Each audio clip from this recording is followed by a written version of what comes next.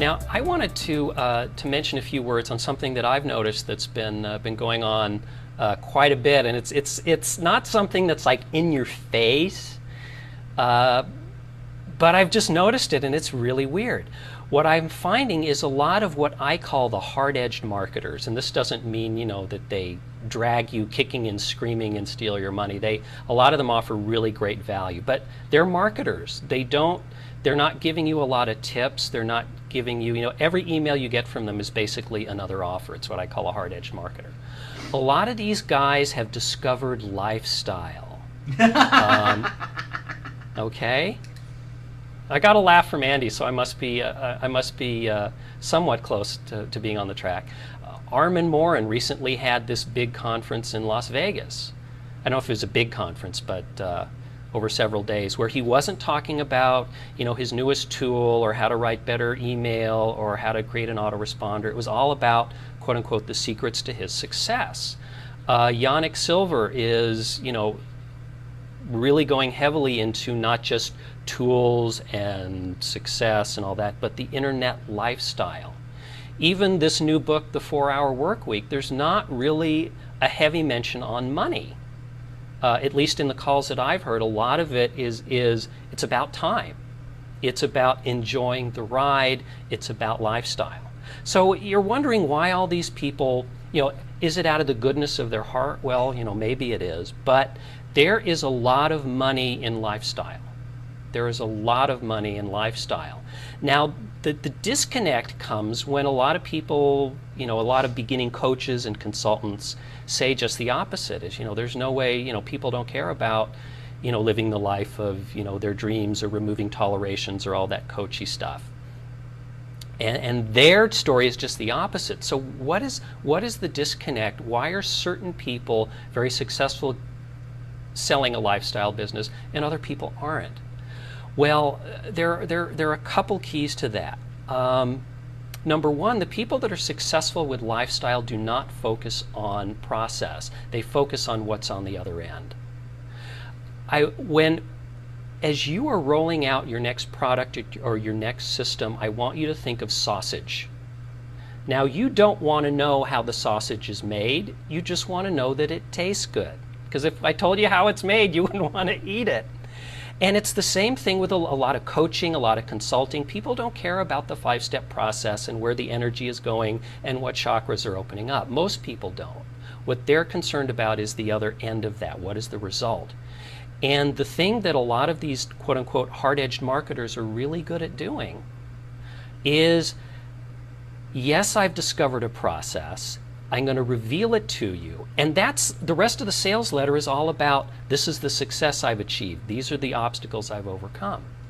So they're really talking about success. Now, when you're starting out, you don't have $1 million success. You don't have that. But one of the keys that I found, even for people starting out, is to create a success in something, or to look into your past for something you've been successful with and plug that, sell that, no matter what it is. An example from my own business is I created a course called 5-Figure Teleseminars, which is basically how I created over a 2-year period a 5-figure revenue stream with a mailing list of less than 1,000. Now, to be quite honest with you, that's not glamorous. I've created, a 6-figure revenue stream and my mailing list is 80 billion, But the thing is, I was successful doing that, and not a lot of people are successful generating teleseminar revenue with a very small mailing list. So create a small success that is very focused, and then you can sell that success and use that as a stepping stone. The other thing that you want to do is you want to take that success and you want to link that success to their success. For example, Andy could say, I've created, 5 blogs that are wildly successful, and I can show you how to do the same thing. So link your success to their success. So again, remove the process and focus on the benefits. Focus on the end result, because my prediction is over the next few years or so, you're going to see a lot of these internet marketers going to the next step, and the next step is not going to be the latest tool or the latest process. They're going to become lifestyle marketers. We'll see if that's true or not, but that's what I'm seeing right now. Yeah, and I think that that's very apt because I've noticed a lot of life coaches have started calling themselves lifestyle coaches. And I think that every product these days, it's the Jeep lifestyle, it's the South Beach. It's not just a diet, it's a lifestyle. And I think we're taking the cue from mainstream mass marketing that it's not just a product, it's not just a movie, it's not just a book or a tool, or it's not just an iPod, but it's a way of thinking about your life. It's a way of portability. And I always have to laugh because I think of I think it's Marlon, has the Marlon's Internet Lifestyle Club, and he calls it the Milkers. And I just think, and it's MILC, and I just think of MILF. I think of the MILFers. When I see Milkers, I think of MILFers. I know it's immature, but I think of MILFers. But I think also a lot of the lifestyle branding and coaching is focused on this hope and this end result that is more emotional, more sensate than it is tangible. And I just think that that's a big part of it. That's the one thing I worry about in my marketing is that I can't always guarantee somebody can replicate the results, and I always worry about that. But in this case, it's focused on, hey, I did this, here's how I did it, and I'm going to show you how I did it, and maybe you can replicate it. But I think you're definitely pointing towards an upcoming trend.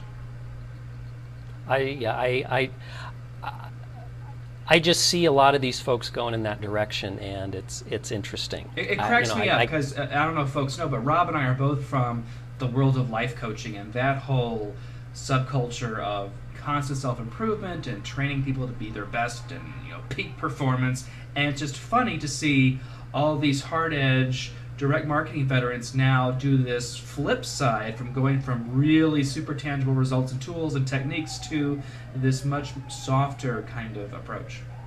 That's interesting. There's your siren, Andy. My goodness. They're coming to take you away. They're coming for me, evidently. So. Okay. Now they're coming to take you away, but what can some of the folks out there take away from you? Got anything coming up? Any offers? Go check out on the blog. It's andywibbles.com, ANDYWIBBELS.com. If you misspell it, hopefully it'll take you to the right place. Or as always, www.goblogwild.com. Very good. And for folks interested about audio, you can check my stuff out at audaciousaudio.com. You can sign up for our autoresponder course, the 5 Audacious Avenues to Blockbuster Audio, either at audaciousaudio.com or at thelatestmoose.com. So, moose. Andy, closing thoughts. Closing thoughts. I don't have any.